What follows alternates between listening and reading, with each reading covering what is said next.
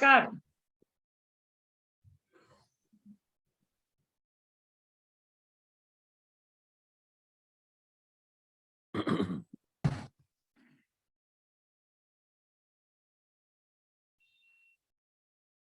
Ashlesha, how are you? Recording.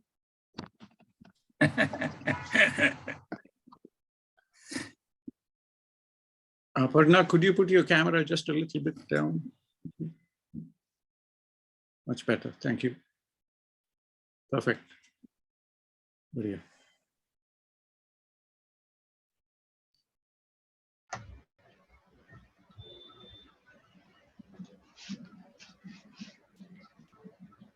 Ivana, namaskar.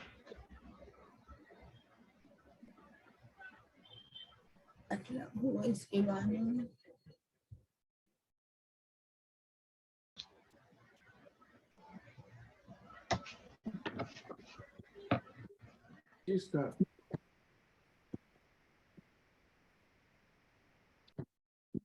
Namaste and a very warm friends to our weekly virtual speaker series on Ayurveda, the pharmacological and therapeutic effects of top 75 traditional Ayurvedic medicine.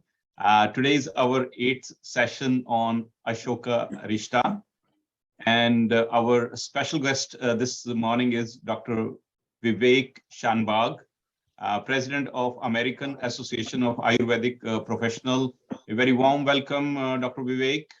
And friends, our presenters today are Dr.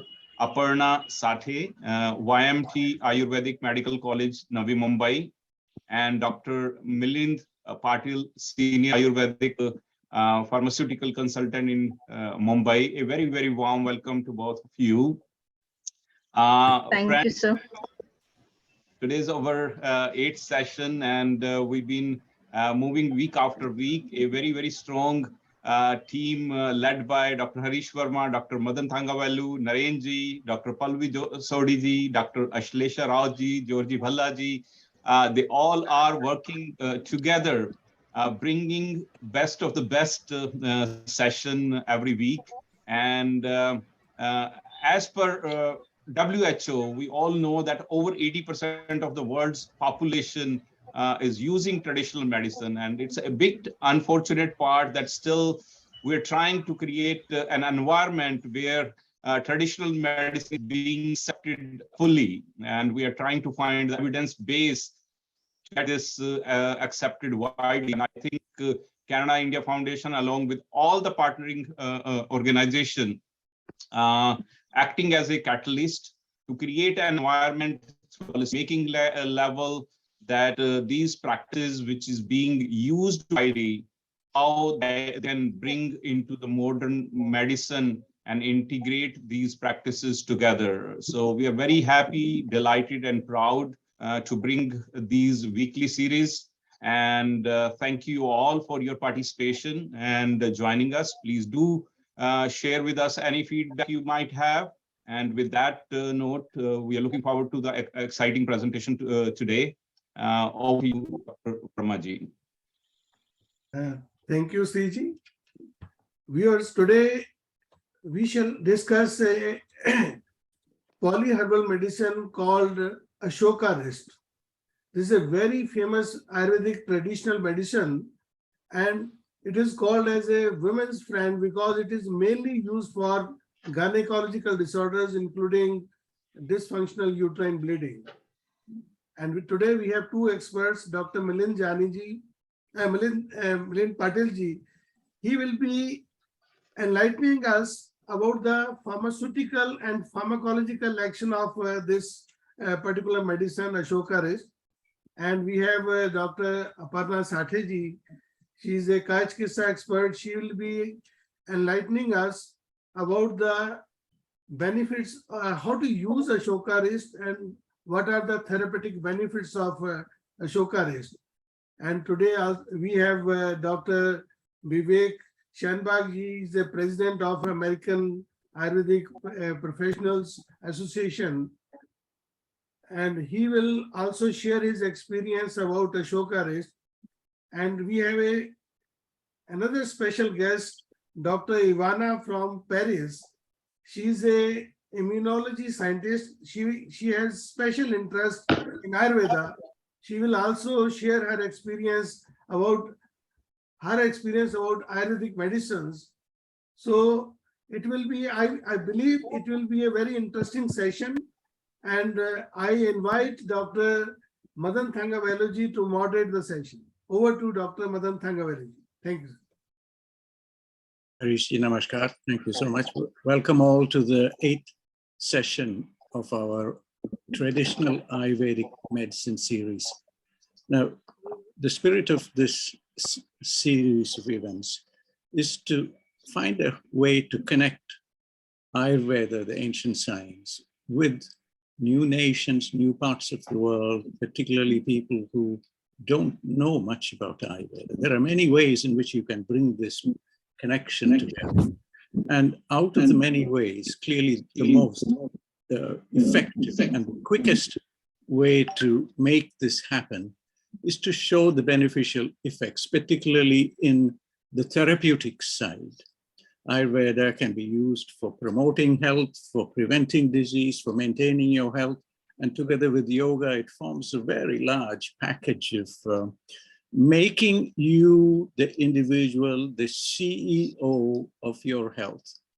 We are able to be completely in charge of your health. And we have here today the 8th session. We've talked about, in earlier sessions, we've talked about powder formulation, churnas. We have talked about oily, ghee-based preparations. Brahmi Grit is something we chatted about. We've talked about the alcoholic, water alcoholic extraction procedure used for extracting the beneficial aspects of many herbs. And today is one such.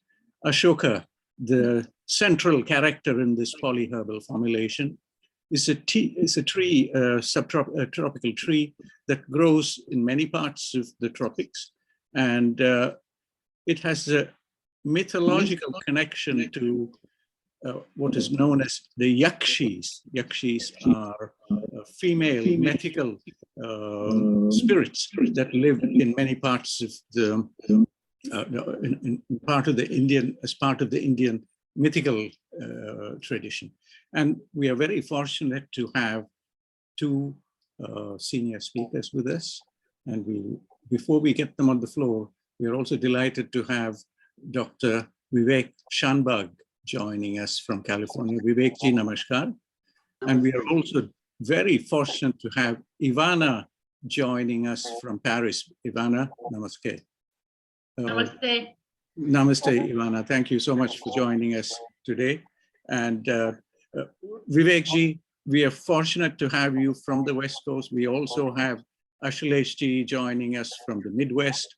And we have so many practitioners in the eastern part of America too. You people have been there in these parts of the world for decades now. You're practicing Ayurveda. And America, the United States of America, remains a challenge in terms of how this ancient system of medicine is not being accepted to a level that it should.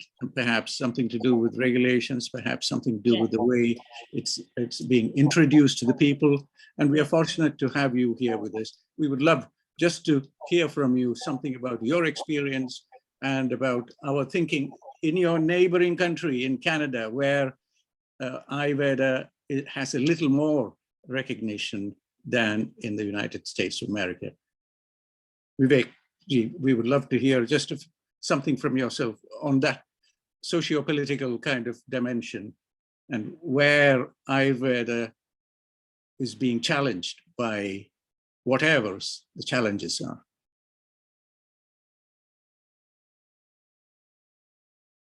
Vivek ji, please unmute. Oh, thank you. Yeah, can you hear me now? We can hear you. Yeah. Okay. Namaste for and Namaste. thank you for the. We will, Ivana, we will hear from Vivek ji first before the same question for you. Can you hear me now? We can, but we will first listen to Vivek before we come to you, Ivana. Okay. Okay. Thank you. Thank you, Madanji. Thank you for the a warm introduction, Harish Verma ji. Here in US, I have been practicing for more than 34 years now. And I came here after doing my MD Ayurveda at Pune University. And while teaching here, I also did my naturopathic doctorate, which is a 5-year doctorate course at Bastyr University, and got my board certification as a primary care provider, and have been practicing in 2 different states, Washington State and California. And my practice involves more than 65% women. And in our team, we have 3 doctors, Ayurvedic doctors and naturopathic doctors, and masters in nutrition, working with this more than 65% of our women patient population. And what we have noticed in terms of the practice is, as a licensed naturopathic doctor, we can incorporate all aspects of Ayurveda in our clinical practice, whether it is using the herbal formulas, whether it is using the panchakarma therapies, and doing the nutritional therapy, lifestyle modification, we are able to do that. But if an MD in Ayurveda comes directly from India and tries to incorporate all of these, then different states have different hurdles. United States, as it says, are different states working together. And when it comes to practice of healthcare and medicine, each state is a different country, has their individual regulations, guidelines, do's and don'ts. To overcome that, I chose to do my naturopathic doctorate, additional training and board certification. In terms of formulations, they are all considered here in US as nutritional supplements and are not allowed to make clinical claims of treating diseases or curing health problems. So these are considered as traditional nutritional supplements, and as long as you discuss about them as nutritional supplements, then you are not crossing any legal boundaries. But if you make clinical claims, either in writing or orally, then you become liable by crossing the legal practice guidelines. But this is an inadequate situation, don't you feel? Because you have studied Ayurveda for 6 years for your first degree, another 3 years for an MD. You have worked in India and you have seen the amazing tradition in India. And now to be in America and to be told that this can only, our formulations and their therapeutic effects can only be considered a nutrition supplement. Don't you feel bad about this? Don't you feel professionally, how do you feel? The second thing, do people coming to you, do they get help from their health insurance, or is it an out-of-pocket payment that they make when they come to you? Firstly, inadequate is a very inadequate word to describe my feelings. Okay. It is a big handicap, it's a big hurdle, and that is the reason to overcome that inadequacy. I chose to spend additional 5 years after what you described as earlier 9 years in India to do my MD. So I wanted to practice Ayurveda in its complete form. So I took additional almost $160,000 of loan and further invested 5 more years to get my naturopathic doctorate.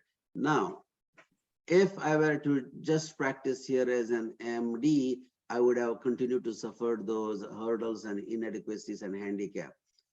Now, as a naturopathic doctor, currently I do get covered by insurances because I'm considered as a primary care provider. But many of my other Ayurvedic colleagues who are bachelors in Ayurvedic medicine and surgery, BAMS, or who are MD in Ayurveda, they still have to deal with those hurdles and the obstacles. So to overcome those, we formed American Association of Ayurvedic Professionals, AAP.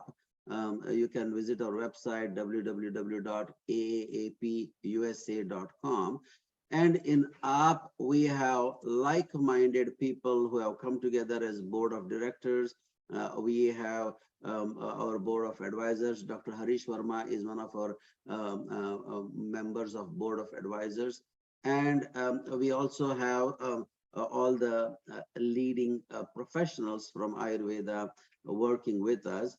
And our efforts are to inform and educate both the government as well as the general public, the regulation authorities, as well as healthcare industry colleagues about the efficacy of Ayurveda, the scientific evidence about Ayurveda, and to help in making Ayurvedic treatment available without these limitations, without these hurdles. Thank you. Vivekji, you are on the West Coast, you've lived there three decades plus, and you worked there. We have Dr. Ashokarishta Routh, like yourself.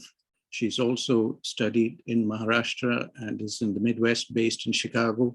I'd love to hear just a few words from Ashokarishta about those differences, the state-wise differences. Ashokarishta, namaskar. Thank you for joining.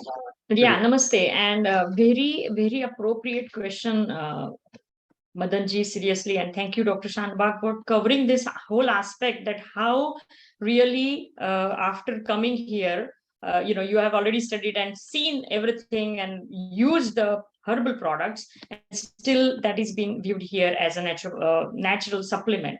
My major concern, I think Dr. Vivekji has already covered those concerns, but what we really have to do, if since practicing here for more than 20 years now, what I feel that educating people, educating general layman is extremely important.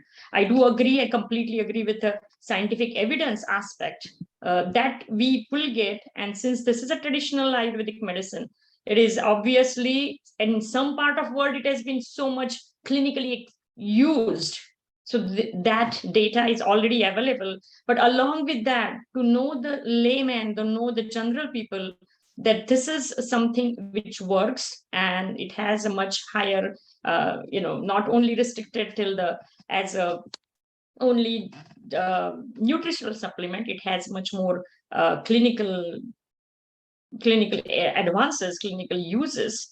That is something very important. That also has to be happening. And I would say that this series, what we have started with, along with all these, CIF has taken this lead, and of course, Consulate General of India at Toronto also supporting this event. And this is something going to really help us a long way, which should also. Recently, apologies to interrupt, recently, I want to highlight this, the help that we are getting from the Consulate General here. And I know you have a lot of connection with the Consulate in Chicago. And do you think much more needs to be done there? Do you feel the connections that are being made with offices of the Indian missions are adequate enough? Could they do much more, particularly at a time when India is starting to host the World Health Organization's Global Center for Traditional Medicine? Is there something that is missing? Is there something that we could do more? Yeah, absolutely. And as you said that, yes, we are, as a president of AUM, we have already engaged with Consulate General of India at Chicago, and they do help us. That's absolutely true. In fact, this is a inspiration from CIF and CAPA, Canadian Ayurvedic Practitioner Association, that how they work together to join with Indian governmental aspects. And that's what we are trying to do here as well. But then, as you said, that is also true that we need to, or they need to, help us more, or somehow these things has to, or everybody has to come together to really establish this great science, which is so much since so long in practice, not just a traditional, but it is full-fledged in practice. And you see in India, we after doing MD, you do the full-fledged practice. It's registered. I know in other countries it's not there yet, but it is our duty as being we are practicing here, our duty to lay forward this torch of Ayurvedic knowledge, and it's such a great thing. And yes, I would definitely would say that something more has to be done. We are trying for that, and that I think this platform will also help us. Thank you so much. Yes, we are very fortunate to have a lot of inspiration and guidance from the Council General of India in Toronto, and we're very grateful for their help and all the work that they do together with the Canada-India Foundation and the Canadian College of Ayurveda and Yoga to make a little more impact on the ground. But as we say, every state is different in America, and maybe something more. We will come to this because we are very, very fortunate to have here with us Ivana Haluskova. Ivana is a native of the Czech Republic, but she lives in Paris. And Ivana is very special because she has a lot of engagement in the Ayurveda space in India. And we welcome you, Ivana. We know you are an immunologist by training, and you can see the benefits of trying to understand the Indian systems of medicine using modern biology, but something has attracted you to Ayurveda. Please, we welcome you. We want to hear from yourself. Thank you for joining us today. Thank you to Harish, and thank you to Gaurav, who is the CEO of the Indian Herbals, now based in Canada. And I really appreciate and I thank to all the participants for this insightful and very, very important educational cycle what you do, because it's very essential. Yes, so just quickly present myself. Yes, I'm an infectious diseases physician, certified in vaccine, certified in immunology, with a long experience in the private industry as a director of the clinical research in big pharma, without naming. And I have a passion for India. It's a long story. So coming back to Ayurveda, let's say from pragmatical point, I do think that the solution for innovation in research and industry, based on my experience over 10 years in a big pharma, without naming, is truly in natural compounds. Why? The rationale is very simple. The safety effects, the ecological effects, the access for a lot of people, and a long list of inspiration. When you look in current medicine, 80% of the compounds are coming from nature, coming from aspirin, coming from artemisia, okay, and many others, anti-cancer drug, diabetes drug, and so on. So I do fully support Ayurvedic medicine. The issue here is how to frame it, that it's integrated in a modern medicine. Okay. In Asia, I lived in India and I loved India. That's why I'm participating here.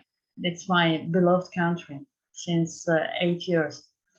I think that in addition to do the education seminar, which is essential because the people, they don't know and they don't understand, I do think that there is now need to push in a regulatory agencies in Europe and in FDA, in US and everywhere, just simply because there is an essential need to explore the resources in Ayurveda for benefit of the people. I'm a physician, so for me, the first interest comes to people and the patients, okay? And the proof, scientific proof, is very evident.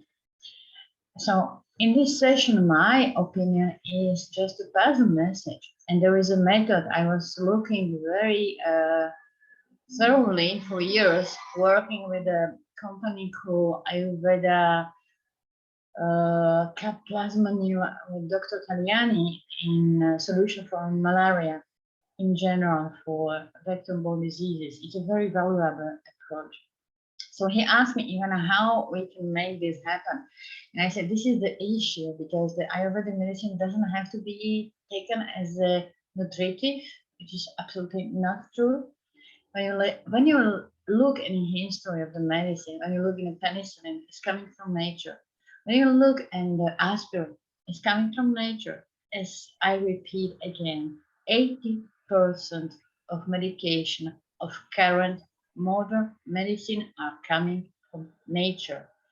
Now we are facing a lot of global health issue problems, and the solution for me are coming again from nature. And Ayurveda is a big inspiration. So again, what I propose now to all the people around in Ayurvedic field is to look together in about how to make it available or how to integrate it in modern medicine, because it could be the way how the people and the regulatory agencies will accept, and they have to learn. And secondly, I said, there will be always two parts of the healthcare to keep this medicine available, because Ayurveda is perfect, but I said, for me, it's about there is a lot of herbal medicine used in the Middle East, in Africa, in South America, and for me, this is something like a bridging point to do better for people. This is my primary interest. Ivana, the point, thank you so much. Reverse pharmacology, what I prefer. We're very lucky that you have seen how the pharmaceutical industry works, the Yes. good things, and perhaps also the not very good things there. No. I see always the good things everywhere. I'm a positive person. So I think that the proposal here to make the medicine happen, also integrate the modern medicine, because this is needed, is to look at the Artemisian path. Look at the Novartis. I was studying how the Malaron Artemisia was making happen.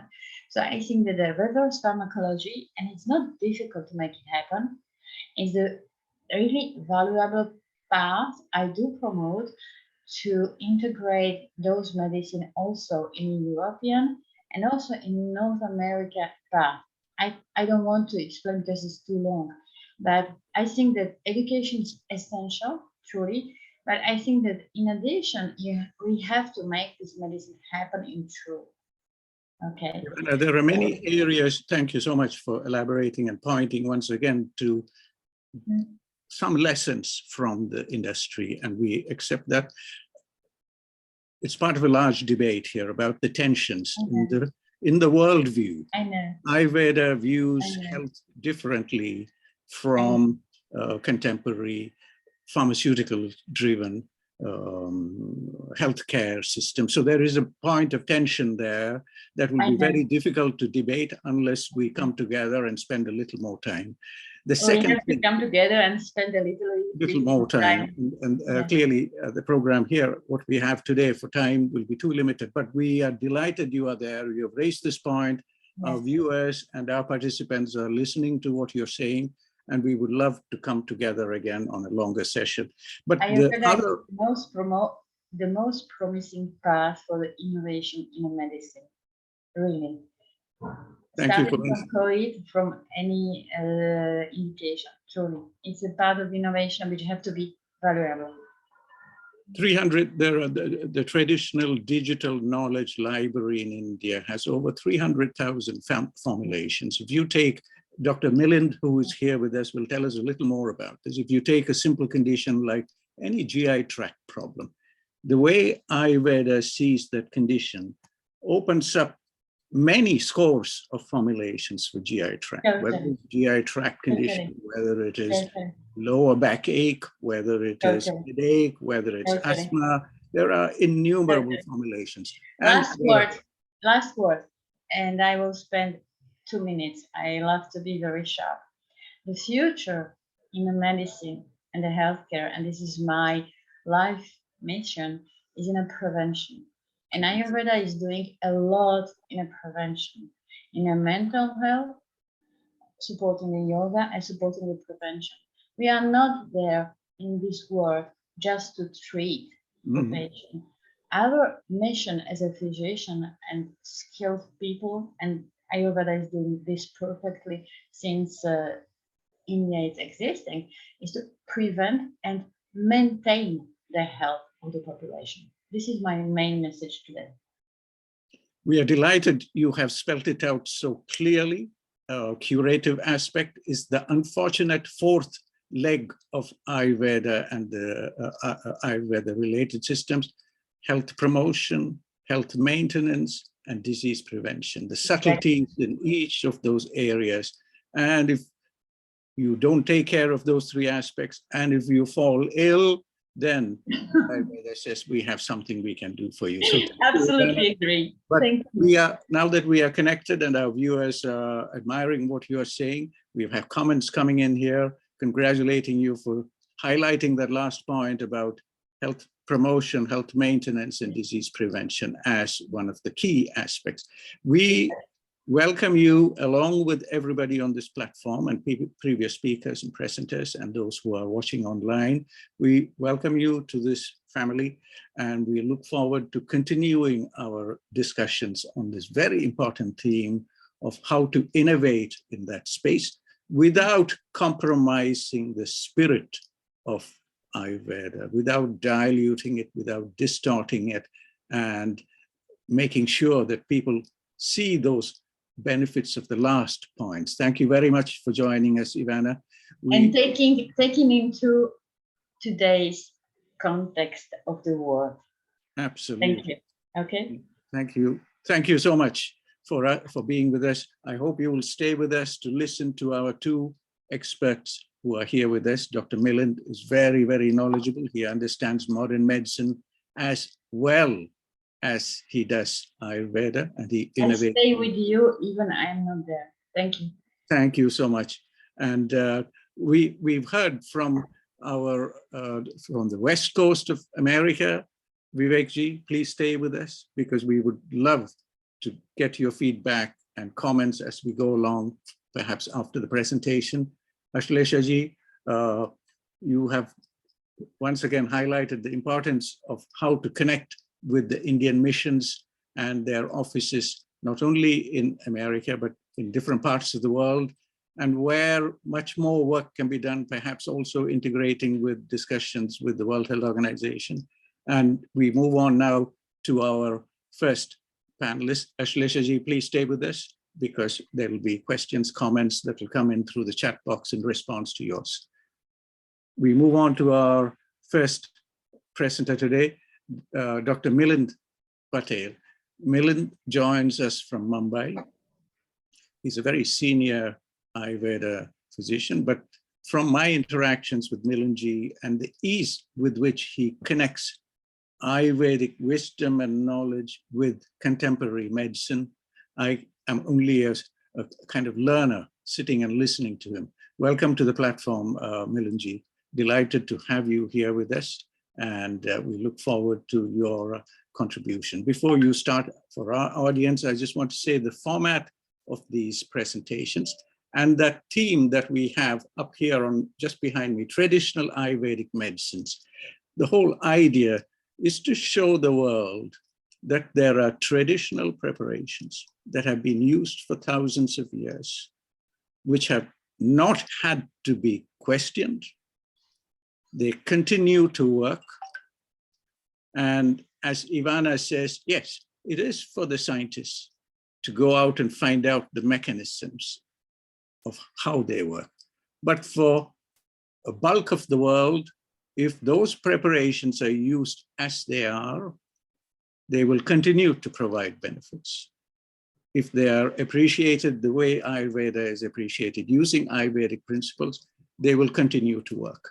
And we have two speakers in our presentation. One, the first person will take us into the nitty-gritties of a formulation. And in Ayurveda, in the Ayurvedic principles and the systems of medicine, it is called Dravya Guna, that is the properties of the medicinal plants, along with another tongue twister called Vaishajya Kalpana. That means how you take these dravyas, the herbs and minerals or whatever you use, and how you bring them together and you amplify their effects. So that's the first part, and Milanji will take us into that. The second presenter is what is called Kaya Chikitsa person, a person who is the physician who uses these formulations, understands the patient, selects the formulation that's required, and then administers and follows up on this. So that is Aparnaji joining us today from Navi Mumbai, which is just outside Mumbai. With those words, Milanji, the floor is yours. Thank you so much for finding time to be here with us today. We are here to learn from you. Namaskar ji. Namaskar ji. Thank you for that wonderful thoughts. I will just share my presentations with you all. Our audience have sent a note saying we would love to hear in a minute or less about yourself. You are the best person. Just to, if I start doing it, it will sound too artificial, so I'll leave it to yourself, sir. Okay. So I can you see the slide? We can see it clearly. Thank you, sir. Okay, so I'm an Ayurvedic graduate, postgraduate in Ayurveda, and I specialize in original granthas, Mula granthas, like Charak, Shushut, Vambhat. I'm a postgraduate in Sanskrit Samhita, and I was a teacher. I am a teacher, and I am also a pharmaceutical physician. With that introduction, I have been promoting herbal medicines to allopathic doctors, modern medical doctors, and they always want me to explain the product, the jadi-booty, in their language. And I've been doing this for years, and I have worked with a number of pharmaceuticals, and that's how I'm here. I was facing that audience in Agra. Sorry, before I begin, I do remember my Guruji, Vaidya Vasudevji Vyas. As far as my feelings about him, I consider him as Lord Dhanvantari himself, because he had a tremendous faith in Ayurveda, and he always made me understand that Milind, Ayurveda has a great future. Just have a faith in it, and this will become someday or some time in future the modern global medicine. And that's how in every lecture I remember him. He was the scholar par excellence. He was a good human being and the bestest of the best teacher that I came across. So with Namaskar to Guruji, I was facing that audience in Agra.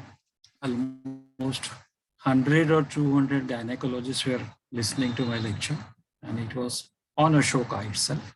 It was a decade back or so, more than a decade, 2 decades ago almost. And I just said that Ashoka means absence of shoka, that is absence of grief.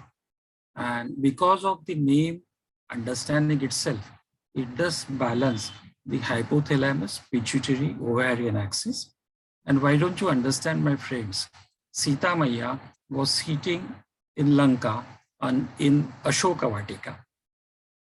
She had undergone a tremendous stress because of Ravana himself and those demonesses who were sitting around her. And just think of the wonder. When she comes back to India, she gives birth to twins, Lavaya and Kusha.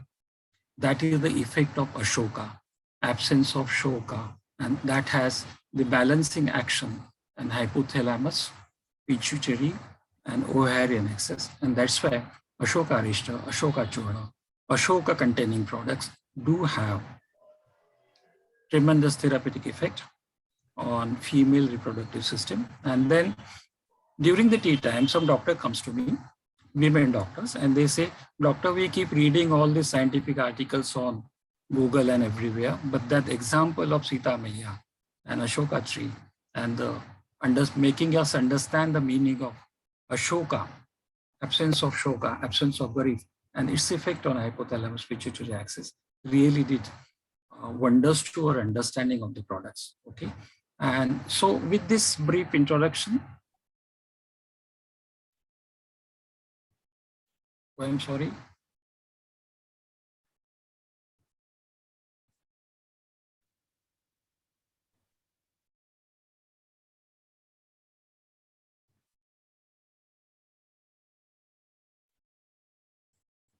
With this brief introduction, we will go to main presentation, Ashokarishta, classical formulation. Again, Guruji. Just try to understand this shloka. Okay, this complete description of how to prepare Ashokarishta is described in Bharata Vaishajya Ratnakar. And it gives us the pharmaceutical procedure of making Ashokarishta. And if you look at that shlok here, Ashok, the therapeutic indications of single herb Ashoka are different from the therapeutic effects of Ashokarishta. So the therapeutic process or pharmaceutical process does certain changes in the therapeutic properties of Ashoka. That is what I try to make you understand. So Ashokarishta has certain therapeutic indications which are different from the main ingredient, single ingredient Ashoka. So probably, most probably, the pharmaceutical processes, Vaishajya Kalpana, the difficult word, Vaishajya Kalpana, makes Ashokarishta work even in diabetes and certain lifestyle disorders. These diabetes and lifestyle disorders as indications are not mentioned in the single herb Ashoka. So that pharmaceutical practice of making it a Arishta preparation adds those indications. So we have a polyherbal containing number of ingredients in Ashokarishta. We prepare a Arishta by extraction in boiling water. This is exact definition of that Sanskrit line. So I did not really elaborate on those Sanskrit things. So many herbs are put together. They are boiled. Water is added, jaggery, honey at ambient temperature. And you add dried flowers of Euphorbia fruticosa, dhataki or dhaiti in simple vernacular language. This is the source of yeast. And then you put it in, mix, close of the lid. And then there is a promotion of intrinsic microbes who mediate anaerobic fermentation, accumulation of ethanol and venting of gas, 6 to 10 days. Then we close and we put it for 30 to 180 days, favoring biotransformation of phytochemicals, no gas evolution.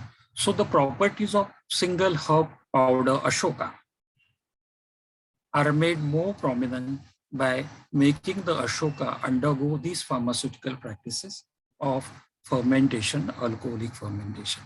And this is how we need to look at the properties of Ashokarishta. See, with those intrinsic microbes in honey, dhaiti, dhataki, or Euphorbia fruticosa and other herbal ingredients, they give some favor of ethanolic fermentation. There is a promotion of growth of yeast, formation of microbial consortium, and there is a continuous anaerobic condition in water ethanol milieu, and you have a very dynamic changes in the microbial diversity and population in that formulation. And this Vaishajya Kalpana makes it more and more therapeutic in nature, more strong, versatile, multifaceted medical product. So microbial action leads to production of antimicrobials, antioxidants, immunomodulators, and other pharmaceuticals. It detoxifies toxic compounds from the herbs, bioconversion of phytochemicals into nanomedicines and nanoparticles. And this is how we have from Ashoka Kadha decoction to Ashokarishta, by making it undergo a fermentation by honey, gur, and the flowers of deity or dhatki. So this probiotic thing has become a very, very important therapeutic property in modern medicine. It's quite recent, maybe of 5 years or decade or so. And we need to understand all our Ayurvedic formulations, which are Asava and Arishta, with that aspect in mind. A sweeter pill to swallow, a review of honeybees as a source of probiotic and prebiotic. When we add so much of honey in the pharmaceutical preparation of Ashokarishta, we are really adding a very strong probiotic into the formulation and prebiotic as well. Okay, when we learn honey in our first year medical college, we talk about honey as being yoga vahi. The meaning of the Sanskrit word yoga vahi is it can be used as an adjuvant to promote and exaggerate, the increase the therapeutic properties of the medicine. So when I take Triphala with honey, honey does increase the therapeutic benefits of Triphala, and something like that goes, that is yoga vahi. And therefore, we need to look at, I don't go into this Sanskrit, but then surely and certainly the world will understand the meaning of these lines. This talks about, as you rightly said, Dr. Madan, of gut health. And this is what is the importance of gut health.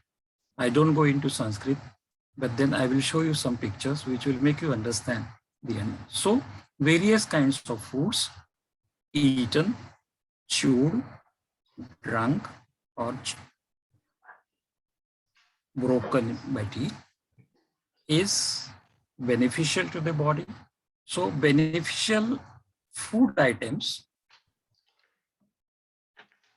are digested into the digestive system, beginning with the gut. These are the enzymatic mechanisms happening in the GI tract. And then in all body tissues, the Dhatuvagnis work and make sure that the end result of food digestion, that is the generation of tissues, rasa, rakta, mans, med, asti, majja, shukra, is proper, is of good quality and good properties. Okay, but then the whole thing has to go through the GI tract. This is called as samyak vipacchamanam. Just try to understand. I think I heard you, all of you, you are familiar with Sanskrit. The Granthakar, the Charak, does not say only Pachaman, but there is one word, Vipacchaman, specially Pachaman. And not only that, he is not only happy with adding that V, he says properly, thoroughly, properly digested food. That's how it goes. Will make this metabolism goes on around the clock in a healthy person. And then only you can have the effect of food, digested food, growth, development, energy, etc., etc. And for that, we need to have, just try to understand, vividashita pitilidam khaditam, jantor hitam, udaritina jataranagina, samyak vipacchamanam, kalavat, etc., etc. Make sure that the most important thing that happens in the digestion of food or even in the digestion of medicines is occurring at the level of gut. And that is where I think we need to understand the mechanisms, the mode of mechanisms of Ayurvedic medicines. Just see, there's another principle of Ayurveda which is called as Loka Purusha Samya. In simple English, it says that macrocosm is similar to microcosm. Macrocosm, or the universe, is rich in various kinds of bacteria, viruses, animal kingdom, etc., etc. Very same bacteria are present in oral cavity, duodenum, colon, stomach, jejunum, ileum. So we have a huge, almost 500 grams of microbiota staying in the gut. And during the evolution, we made an agreement with this microbiota that yes, we will give you a residence place, a place to stay, reside in your body. But then in return, we want some promise from you. You will make sure that we are not attacked by the pathogenic bacteria. You will make sure that we digest food properly, we assimilate food properly, our immunity becomes strong, and we have improved metabolism. And this was the agreement made by the human host with this 500 gram of microbiota which stays in the gut. And this is where the Ashokarishta, the process of Arishta, makes that relevance. Okay, just try to understand. I did make this point in my CME in 2009, and this has made the audience understand that whatever is Charak Samhita is ancient people's Harrison internal status of medicine. Then I see this 18th edition, 19th edition, 20th edition. This is recently published, 22nd edition of Harrison textbook of medicine. What I find in these books, part is unchanged. Charak Samhita remain the same, word to word. Athato dirgam jivitiyam adhyayam akrasama will not change. But then avabodh is changing.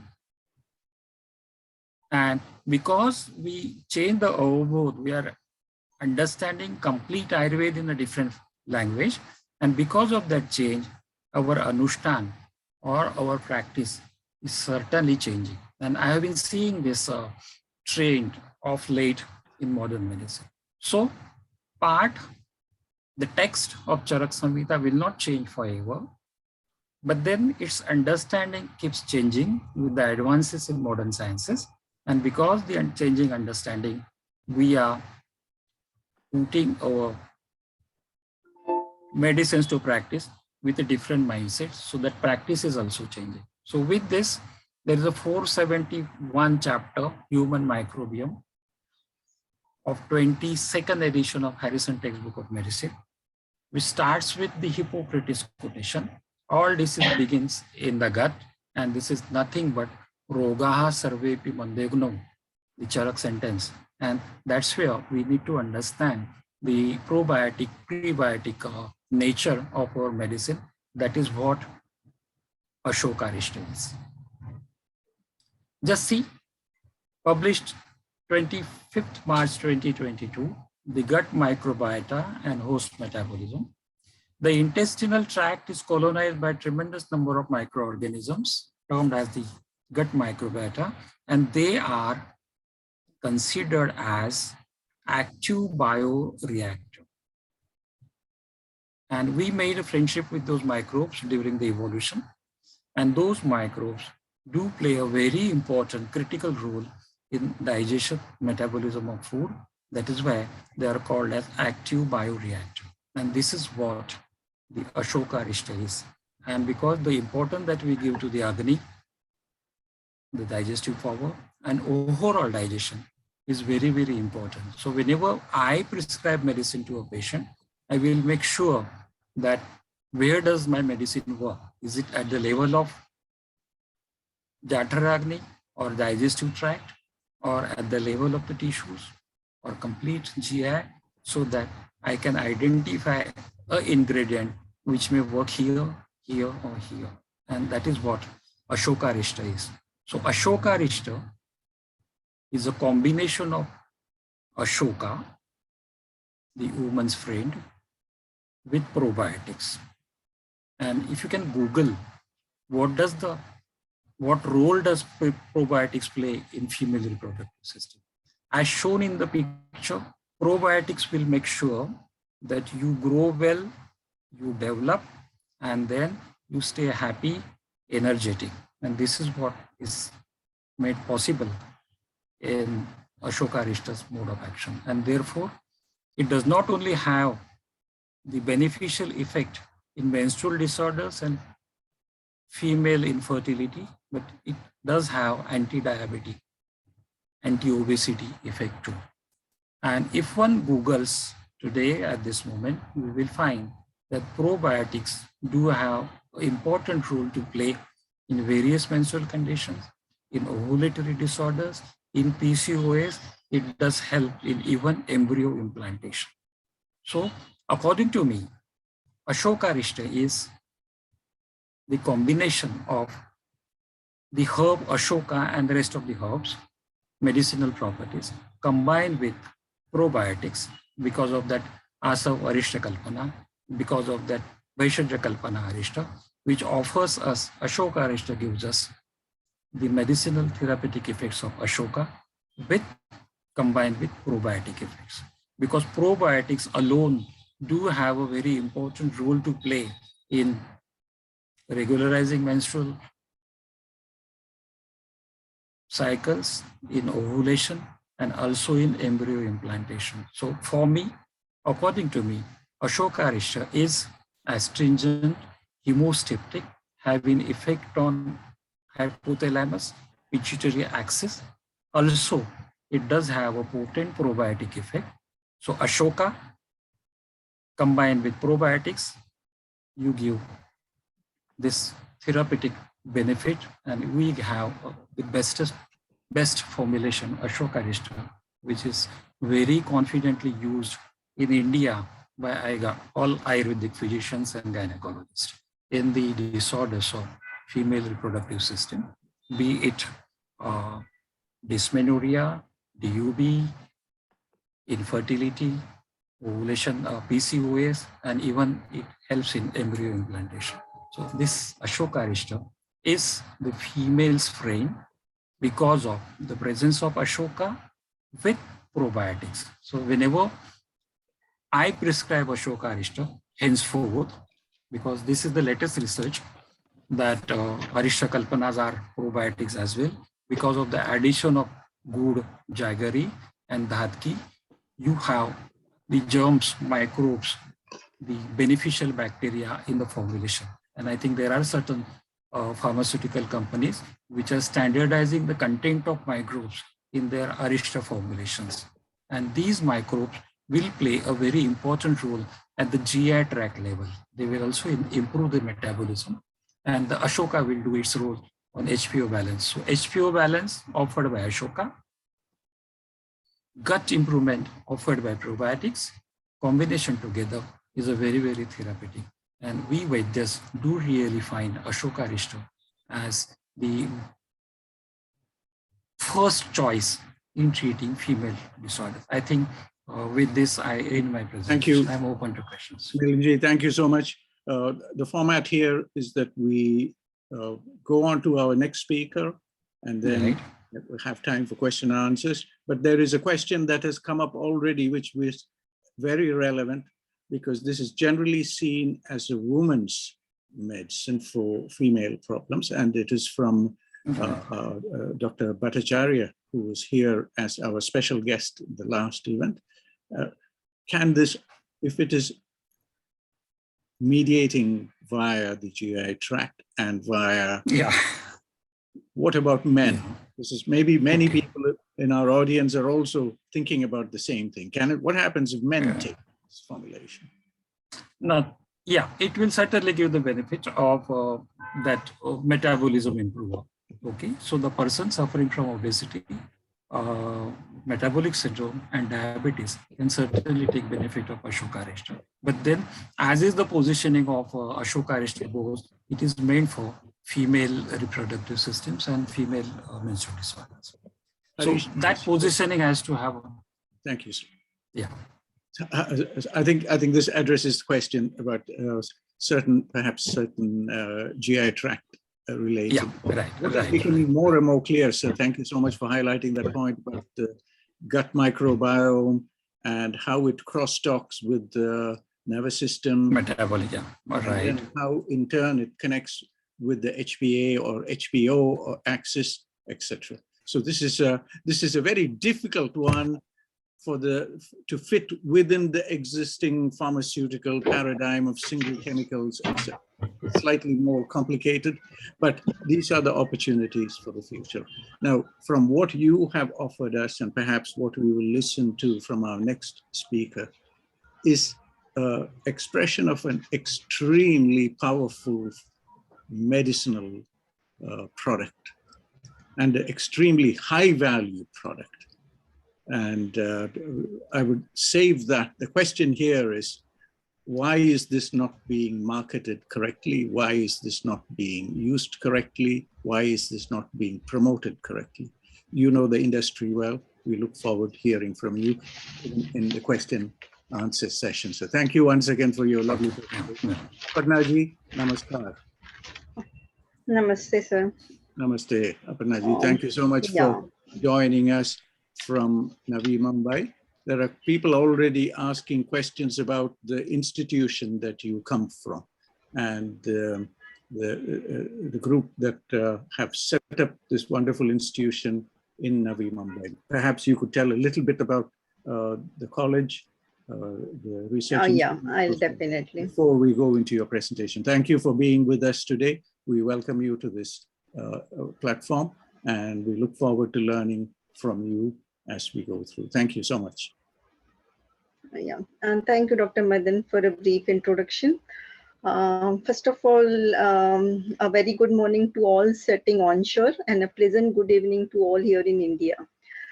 First of all, I would like to thank all the organizers for giving me this opportunity. Really, I'm privileged to share this platform with all the stalwarts present over here. So basically, I'll introduce myself. I'm a postgraduate in Chiquisa, that is internal medicine. I have done my PhD under the guidance of Dr. K.R. Kohli, and my topic for PhD was diabetic kidney disease. I'm working as an associate professor at the YMT Ayurvedic Medical College, which is situated at Kharghar in Navi Mumbai. We have 100 capacity of 100 UG students, and almost we have post-graduation in all the subjects from first year to final year. So almost 60 to 70 PG students are allotted every year in our institute. I'm guiding PhD students as well, and I'm a known PG guide as well. So with that, it's like after the knowledge feast by versatile speaker like Dr. Milind Patil sir, really a little nervousness is obvious.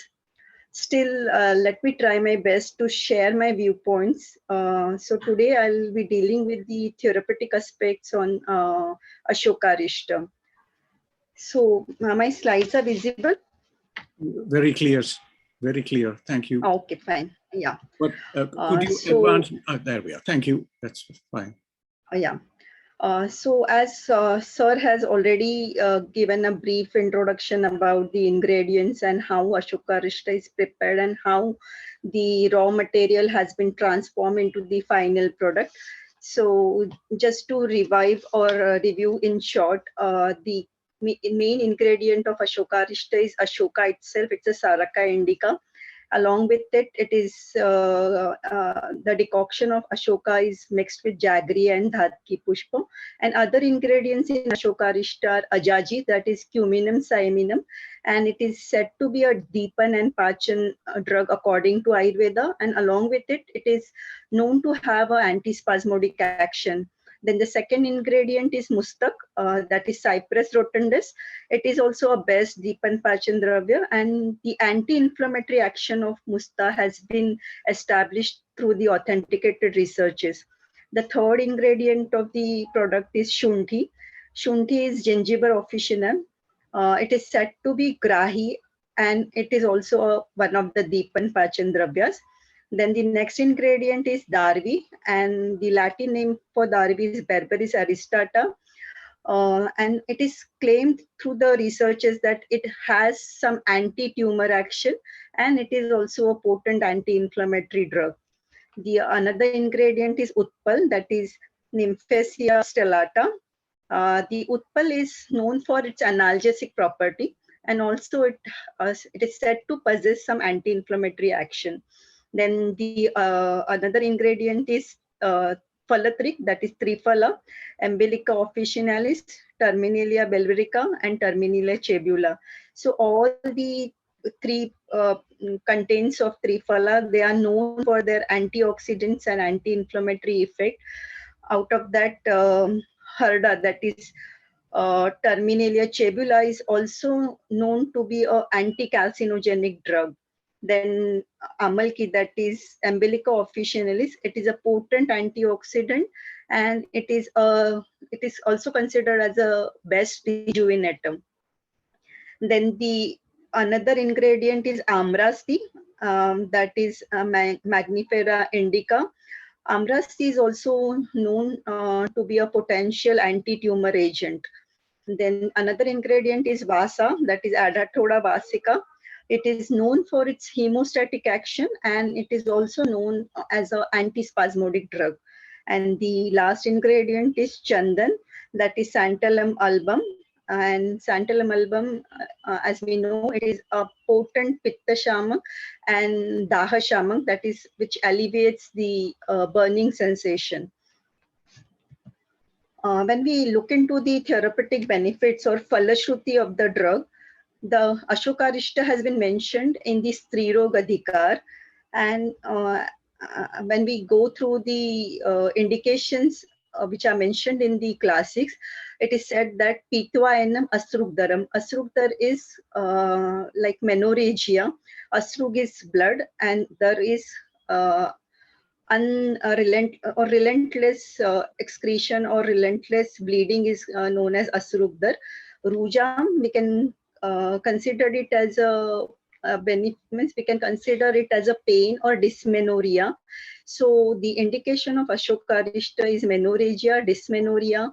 Then it is also found to be useful in jwar, that is fever, rakta pitta, that is bleeding disorders, then arsha, that is hemorrhoids, then mandagni, that is anorexia, or we can say indigestion or some metabolic errors. Arochak is precisely anorexia. Then meha, as I said, meha, we broadly called it as a diabetic mellitus or prameha, but in broad term, according to Ayurveda, meha does not only signifies prameha or diabetic mellitus, but it denotes the whole urinary problems or whatever the variations in urine or whatever urinary problems are there, they are considered under the broad head of meha. Then shot is inflammation. Ruchi is loss of taste. So in Vaishyaja Ratnavali, which is the classics of the therapeutic drugs in Ayurveda, these are the therapeutic indications of Ashokarishta. So when we come to the dosage of the Arishta, in the Sharangda Samhita, it is mentioned that as Arishta is a type of Siddha Kvad, Tayomanam Palonmitam. So that means as it is a type of Siddha Kvad, its dosage is 1 pul. So 1 pul is approximately equivalent to 4 tolas. So 4 tolas approximately comes around to 48 ml. But in today's era, this 48 ml of Arishta proves to be little intolerant. So in clinical practice, we considered adequate dose up to 15 to 30 ml, and usually we dilute this Arishta with equal quantity of water, and we prefer giving it post meal, because as Sir said, Arishta is the process in which we do little fermentation. So there is a few amount of alcohol in the preparation, which aids the penetration of the drug and assimilation and absorption of the drug. But with that little amount of alcohol, some gastric irritation is bound to cause or may cause. So to avoid that irritation, it is usually given post meal, and that too with a dilution with equal quantity of lukewarm water. As Sir already mentioned, Ashokarishta, the term itself defines the beauty of the drug. Ashok is for negativity and Shok is grief. So Ashoka is known to reduce the sorrow, and it is called as friend of a female or friend of a woman. So the name itself provides or suggests that it is the best drug for the hormonal imbalance. It helps in maturation in the female, and it also improves the reproductive health. And already Sir has given a mention of mythological reference of Ashoka. Sir has mentioned about the sacred Ramayana, where Ashoka has been significantly mentioned, that Devi Sita Maya was sitting in the Ashoka Vatika under the Ashoka Vriksha. And then, as I said, after getting relieved from there, she gave birth to twins. So that could be the effect of the plant, we can say.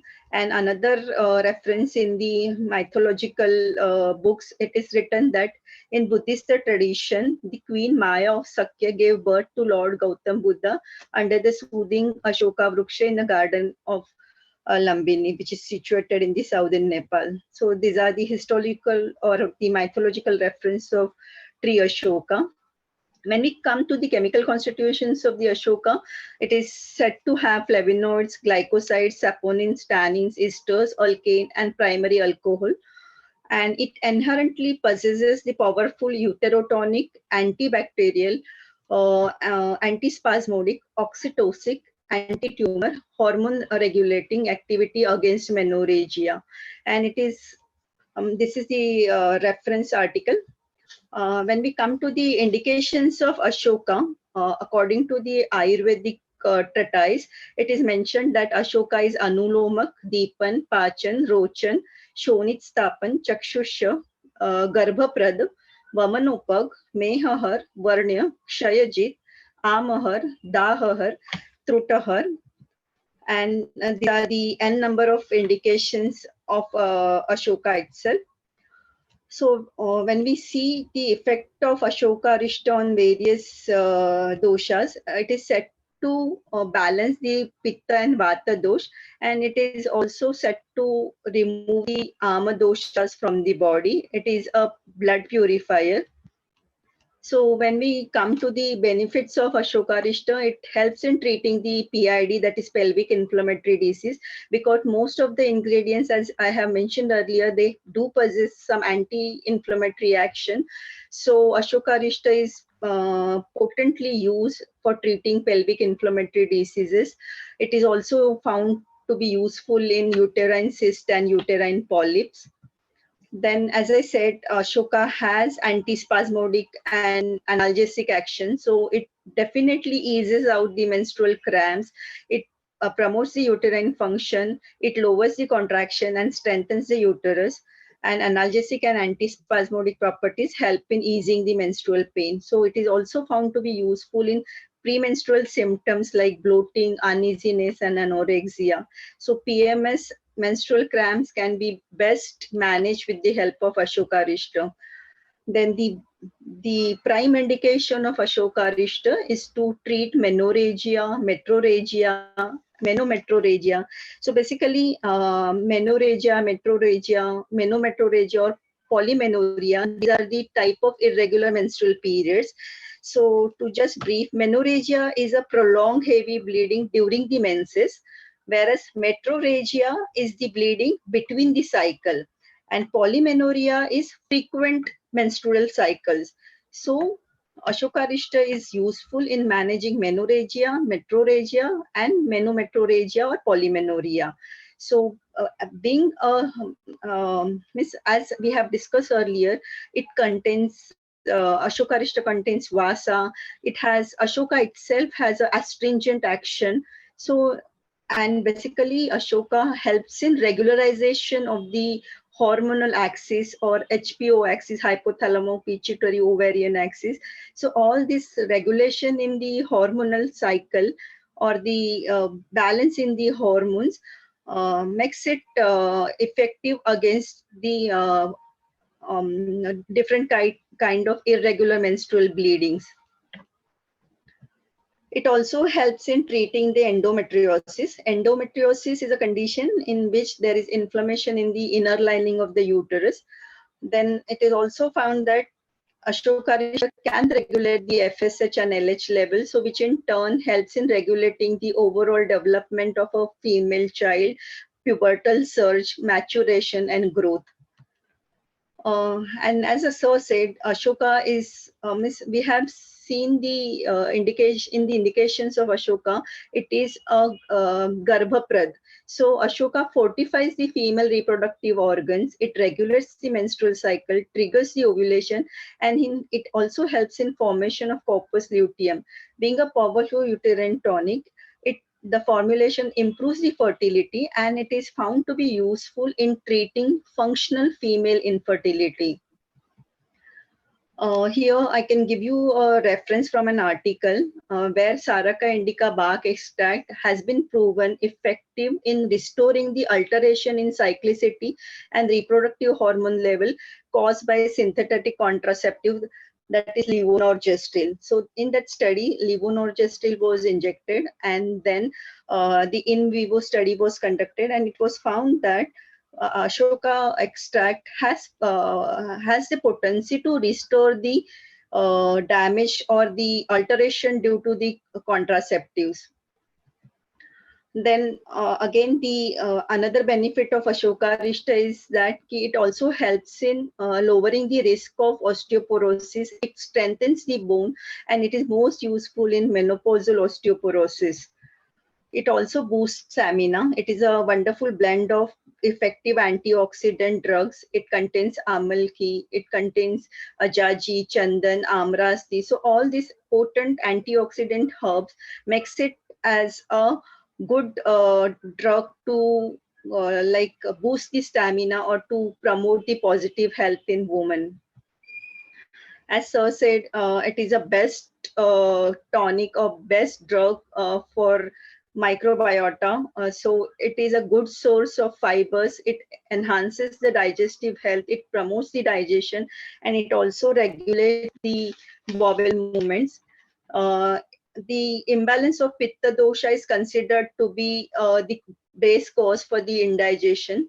So Ashokarishta being effective on pitta dosha, it helps in indigestion. It stimulates the secretion of digestive juices, and it also enhances the absorption of essential nutrients and enhances the overall assimilation of the nutrients into the body. As earlier we have seen, Ashoka is known to have a Varna property. So Ashokarishta may enhance the skin complexion and protect the body from toxins due to detoxification action. It is blessed with antioxidant, antimicrobial, and anti-inflammatory properties. So it can protect us from the oxidative radical damage due to harmful rays. It can also help in retarding the signs of aging. It can also help in hyperpigmentation, wrinkles, blemishes, and dark circle. And we have seen in the indication of Ashokarishta that it can also treat the piles or hemorrhoids. So we see most of the time after pregnancy or post-delivery, most of the women do undergo the trouble of hemorrhoids due to long sittings or the engorgement in the vessels at the anus. So Ashoka is the line of treatment for the hemorrhoids as well. So it has got astringent properties. So it is said to be beneficial in bleeding piles, and it also relieves the burning sensation which is there in the piles patient. Generally, Ashokarishta is the safer than the modern alternative in the hormonal imbalances, but sometimes it can lead to some acid reflux or burning sensation. So in that case, we have to cut down on the dose, and we can dilute it with more water if a person is not tolerating the Ashokarishta, and it should be avoided in pregnant females and lactating mothers. So next, here I would like to share one of my case study.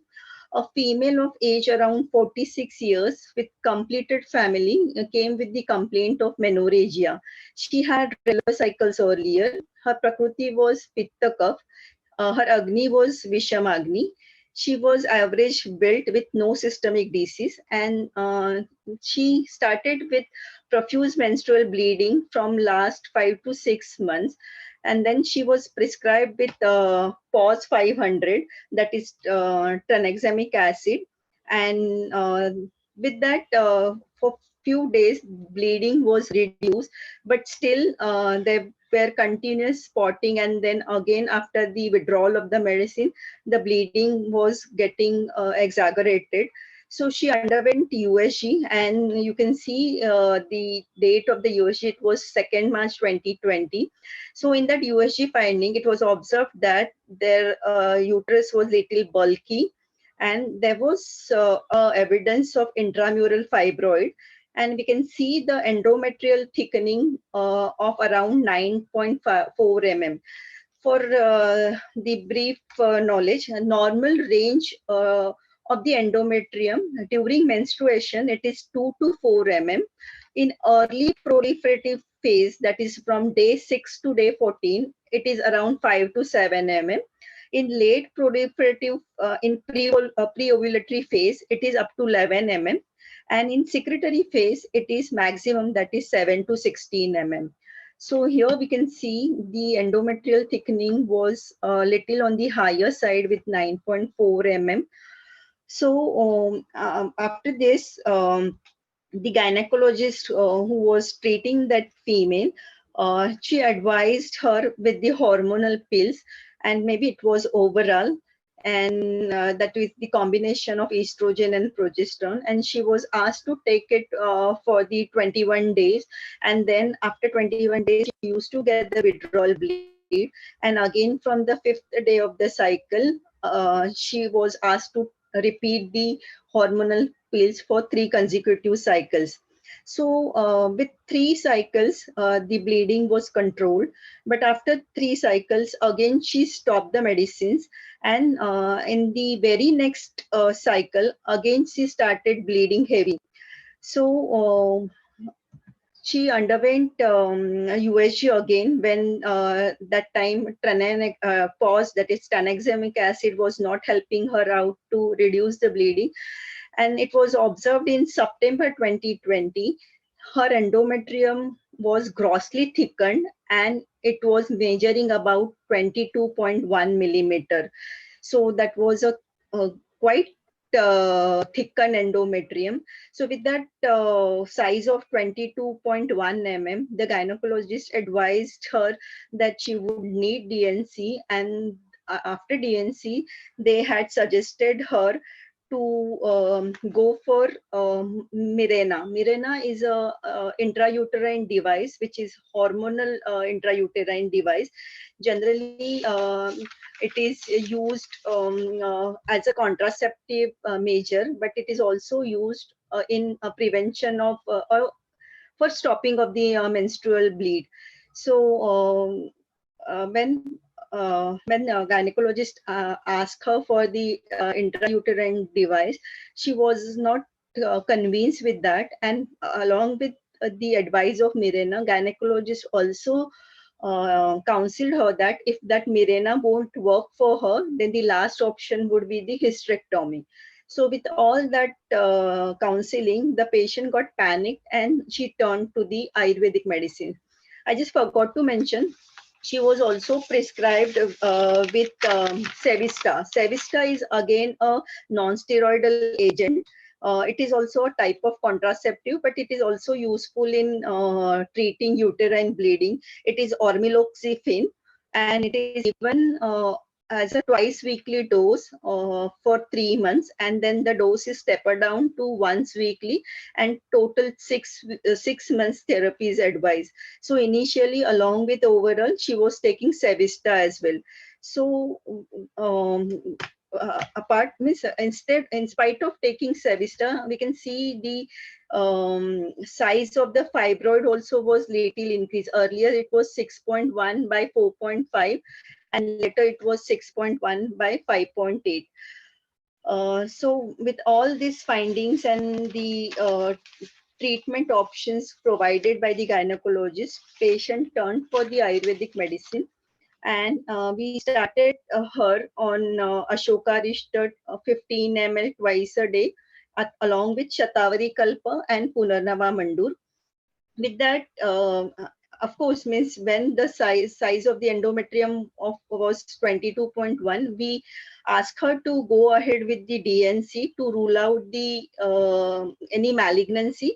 So patient underwent DNC, and the histopathological findings were not suggesting any malignancy or any neoplasm.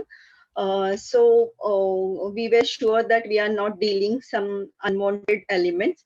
But it's like after DNC also, the first cycle was okay for her. But again, in next cycle, she was getting a bleeding, which was not profuse, but it was spotting altogether like for 15-20 days. So we started her on Ashokarishta, Shatavari Kalpa and Punarnava Mandur. So with that, patient was very happy. Her intermittent spotting was completely stopped. She was feeling energetic and she was feeling fresh. So then we underwent a sonography in the month of November, and we can see the endometrial thickness that time was 10.1. There was no reduction in the size of the fibroid, but at least it wasn't increased as well. So that was really a creditable effect of Ashokarishta. So in my clinical practice, I am using Ashokarishta for dysfunctional uterine bleeding, that is cases of menorrhagia, metrorrhagia. Along with that, also for leukorrhea, also we use this Ashokarishta. We use Ashokarishta in premenstrual syndrome, like in adolescence, lot of females due to the lifestyle changes feel like severe premenstrual symptoms. So definitely Ashokarishta helps them to like get through those PMS symptoms. So regarding this case, I was undergoing through the research articles, and I could find this research paper where anti-proliferative and anti-keratinizing effect of Saraca Ashoka in uterus endometrium is observed possibly through its anti-estrogenic and anti-inflammatory properties. So actually in this study, the effect of Saraca Ashoka was analyzed on estrogen-induced endometrial thickening of rat uterus. In that study, methanolic extract of Ashoka was given in a dose of 200 milligram per kg of body weight orally, and endometrial thickness was analyzed. Histopathological and serum estrogen levels were analyzed by radioimmunoassay, and COX-2 expressions was estimated by Western blot. And the anti-inflammatory action of the extract was analyzed by the formalin carrageen paw edema animal model. And in that study, it was observed that definitely the extract of Ashoka has got anti-proliferative and anti-keratinizing effect on the endometrial lining. So all these evidences or the researches boost our confidence to use these formulations for the definite indications. So this was a small effort from my side to thank you so much for share my viewpoints. Yeah. Thank you so much for taking us into the depths of this very important Arishta. Now, Yeah. there are several key words that have come out in these two presentations. You mentioned something called the Siddha Quat. So this is the question. We will leave it there. In Milanji's presentation, he mentioned about Mula Granth. People are saying, what is a Mula Granth? Is this the root of some plant? So we want some elaboration on that. We don't know if Harishji will give us time enough for the two speakers to touch on that. And from my side, what I want to say from what I've listened today is that this is a presentation about an extremely valuable formulation that has immense value and can stand head to head with anything that is there in Western medicine for many aspects of women's health. One of the aims of these webinars, of course, is a teaser, just to introduce people to what is the richness that is there in traditional Ayurvedic medicines. We don't do any of the fancy chemistry. We don't do any of the so-called isolation of chemicals that Ivanaji was talking about, but to show that we have a huge armory of such routinely used formulations that have been used for thousands of years that continue to work even today, as Aparnaji showed in her case. And another reason for bringing all these minds together is to see if we can crystallize some research initiatives for the future. And wherever there are human beings, there will be men and women, and wherever there are women, there'll be women's health problems. And clearly, this is one indication of where you are able to help, perhaps even in the context of a research program. And Toronto has something called the Women's College Hospital. And there are research programs there. There's research work going on inflammatory issues. And maybe there is something there for our colleagues in Toronto to reach out to these institutions and develop a research program for the future. With those few words, I want to thank both our speakers very quickly. I return the platform to Harishji. Harishji, namaskar. Dr. Madan, if I may share a couple points. Please, of course. Please. Yeah, so I want to share a research that was done at Pune University in collaboration with dermatologists and gynecologists and also microbiologists. So this was done for my MD in Ayurveda for 4 years from 1985 through 1988. And we had total 280 patients enrolled between age group from 15 to 30, specifically to treat acne vulgaris.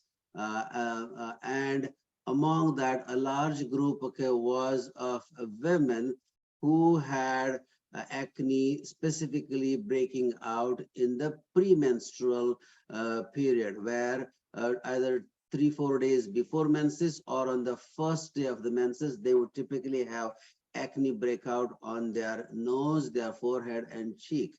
Now, there are many other patients who had acne breakouts because of digestive problem, because of stress, or because of a bad skin hygiene.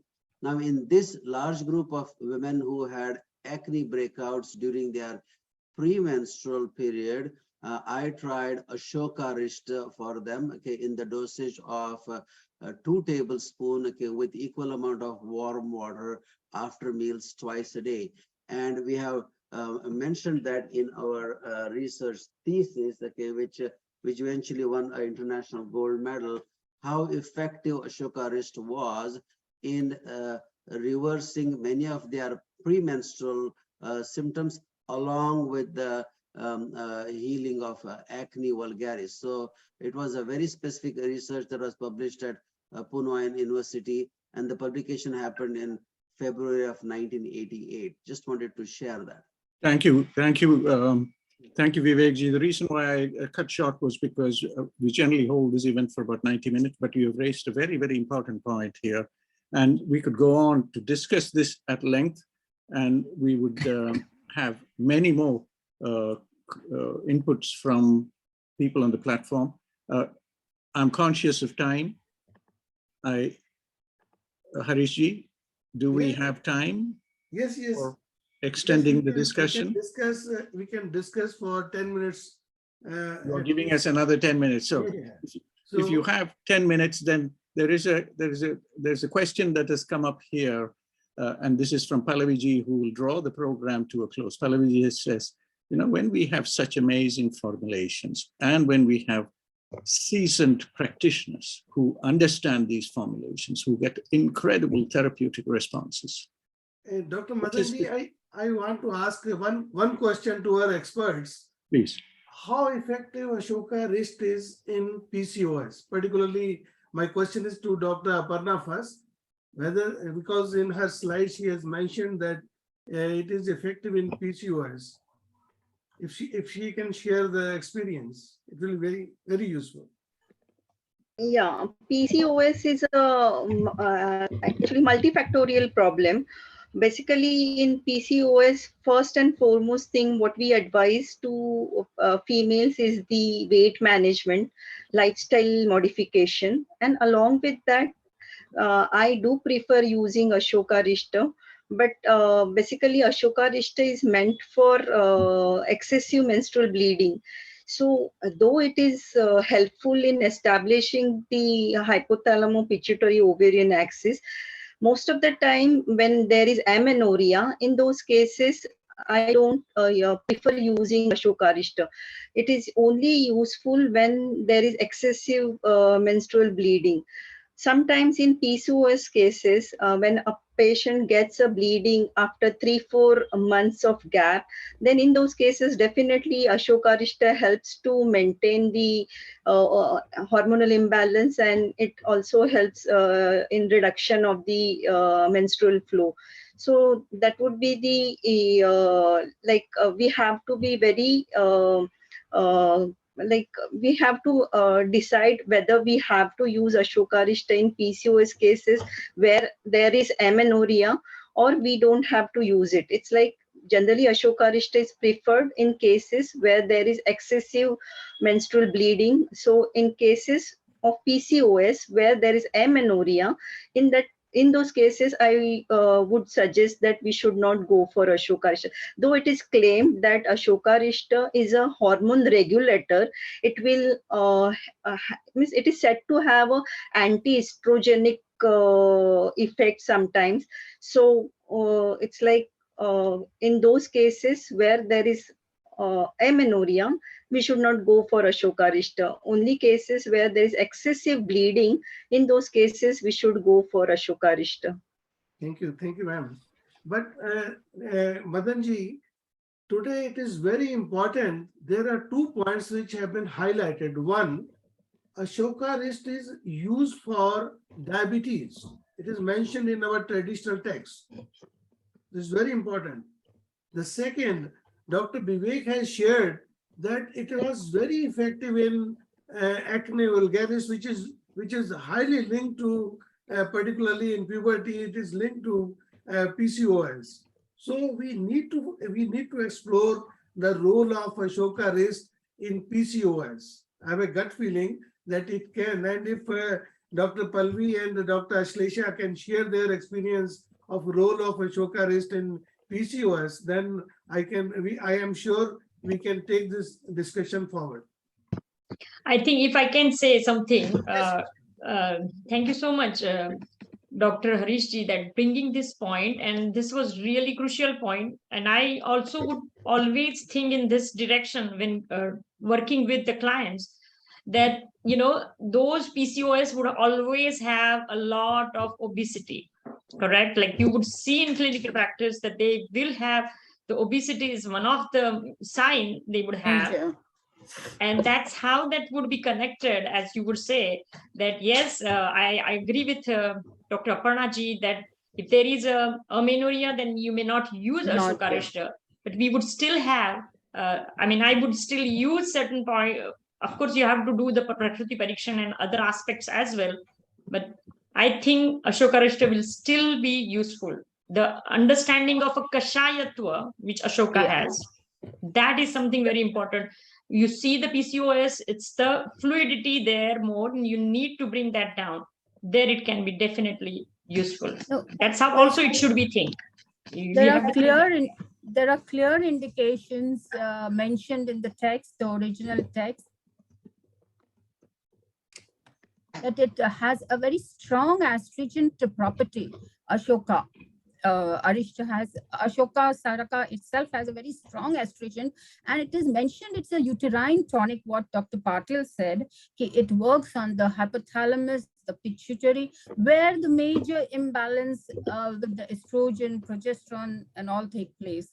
So I think it should be very carefully and thoughtfully given in PCOS, where amenorrhea is a major concern for the girls. As far as PCOS and Ashoka go, there are a number of studies on the Saraca indica which prove it's insulin sensitizer, anti-diabetic, anti-hyperlipidemic activity. So when that Ashokarishta shlokas do mention Meha, it has certain relevance in modern days also.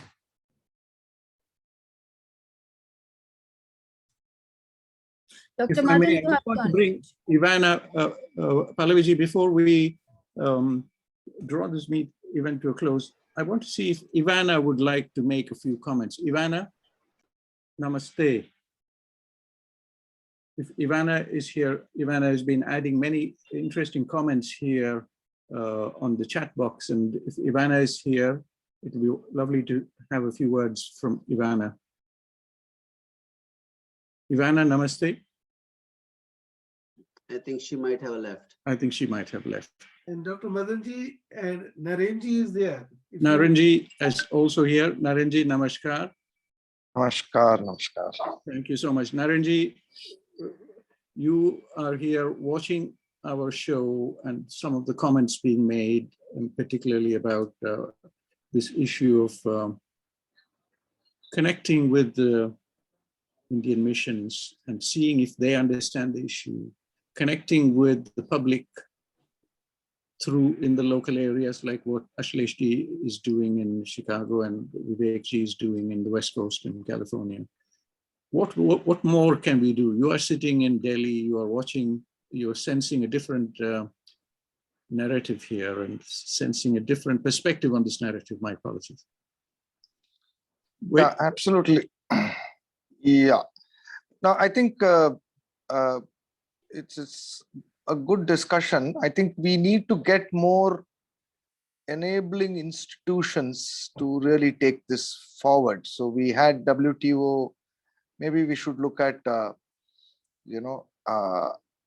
WIPO is another interesting organization, because how do we protect our interest and these formulations, and how does this regulatory framework work? We should also reach out to WIPO. And I've had a brief discussion with one of the senior economists in World Bank.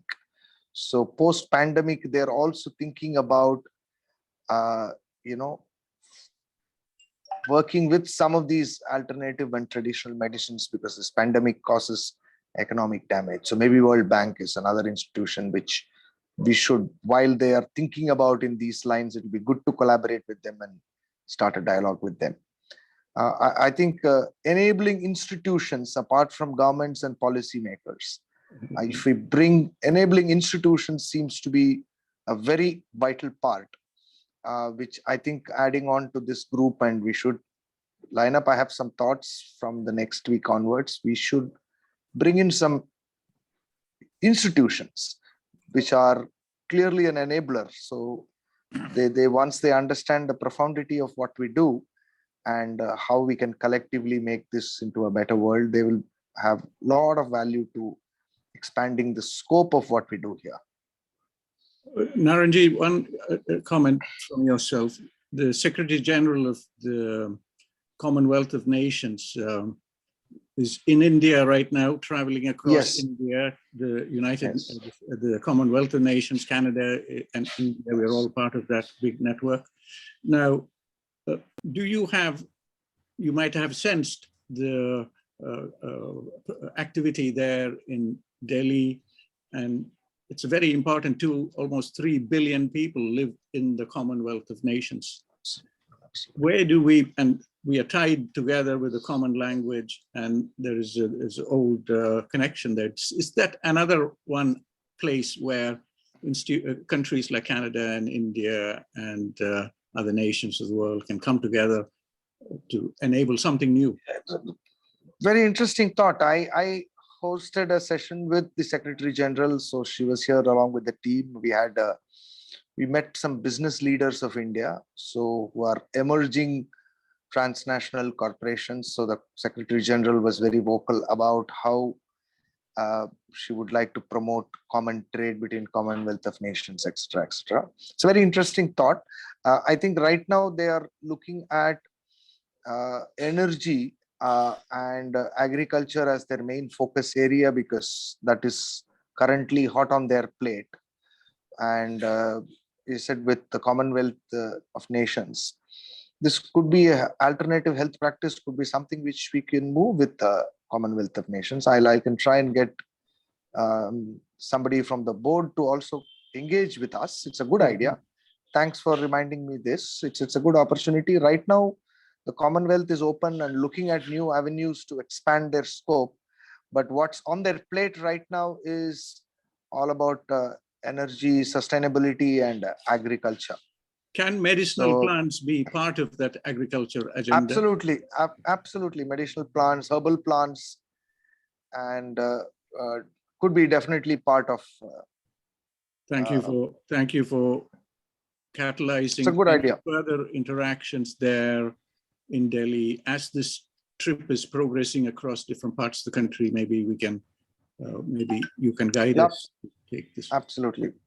We can actually get one of them, or either the Secretary General or the Deputy Secretary General, will participate in one of our meetings, so she can actually come and see.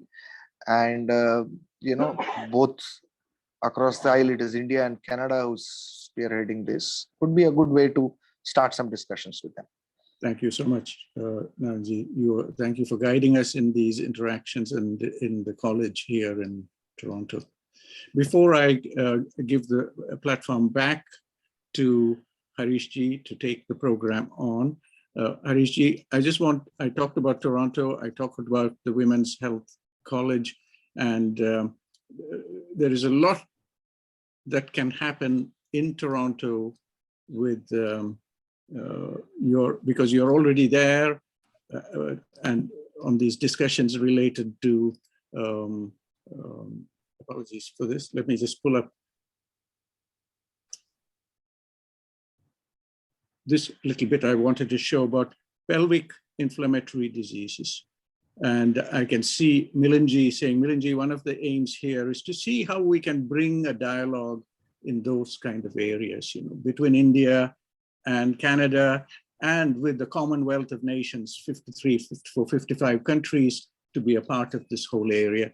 This is from the Women's College Hospital in Toronto.